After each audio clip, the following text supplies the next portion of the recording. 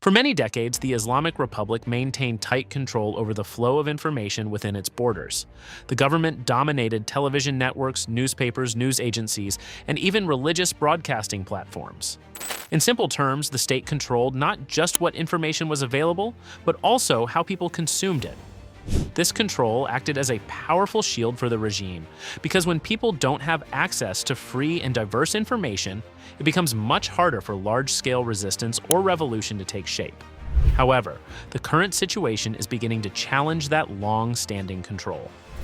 Following the recent ceasefire, Iran is experiencing a growing power vacuum at the top levels of leadership. Different factions within the government are now competing aggressively to fill this gap. As a result, something highly unusual is happening. State-controlled media outlets are no longer unified. Instead, they are openly taking sides, criticizing one another, and even attacking figures within the establishment. This kind of internal conflict, especially visible to the public, is something that has rarely been seen before in Iran. At the same time, tensions are escalating externally. There are signs that the United States may be preparing for renewed military engagement. Reports suggest that military command has requested access to advanced hypersonic missile systems, technology that has never been used in combat before. If deployed, this could represent a major shift in warfare, and Iran may not be fully prepared for such a scenario. But before diving deeper into geopolitical tensions, it's important to understand the internal trigger behind this instability. Iran's economy, particularly its inflation, has been under pressure for years. However, in just the past couple of days, the situation has deteriorated dramatically.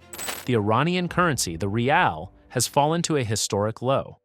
At present, $1 equals roughly 1.8 million rials. While that might sound abstract, the real impact becomes clearer when translated into everyday life. A significant portion, estimated between 50% to 70% of Iran's food supply, is imported. This means that when the currency weakens, the cost of basic goods rises sharply. Even if international restrictions were lifted immediately, ordinary Iranians would still face high prices because imports would remain expensive due to the weak currency. The recent crash in the rial didn't happen gradually. Instead, it occurred rapidly over a short period. During the war, economic activity slowed down significantly, trade was limited, and the true value of the currency was somewhat hidden. Now that economic activity is resuming, markets are adjusting, and the result has been a sharp drop in the rial's value, losing more than 10% in just 2 days. Unfortunately, economic hardship is not new for many Iranians. People have been dealing with inflation and instability for years, but this time, something different is happening, something even the government did not anticipate. State media itself has begun to criticize the leadership. Government-aligned news anchors and media personalities are now openly warning about the severity of the economic crisis. They are speaking in unusually direct terms, highlighting just how bad conditions have become. This shift is significant because these are the very institutions that traditionally supported and defended the regime.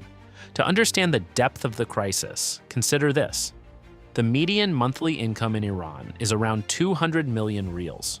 Median income means that half the population earns less than this amount and half earns more. Now compare that to the cost of living. A single egg can cost about 1 million rials. A basic burger might cost 5 million rials. And this doesn't even include housing, transportation, or other essential expenses. For many families, simply affording food has become a major challenge. It's no surprise then that economic frustration has led to protests in the past. Earlier demonstrations began as reactions to economic policies, particularly currency devaluation.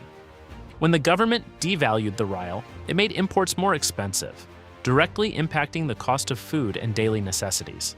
Certain groups, especially those connected to the oil sector, benefited from these policies. However, the majority of the population suffered. Merchants, who rely on importing goods and selling them locally, saw their costs rise and profits shrink. This created widespread dissatisfaction across different segments of society. These economic protests quickly evolved into broader political demonstrations, with some people calling for major changes in the system. The government responded with force, suppressing protests to maintain control. While the protests subsided, the underlying economic problems never disappeared.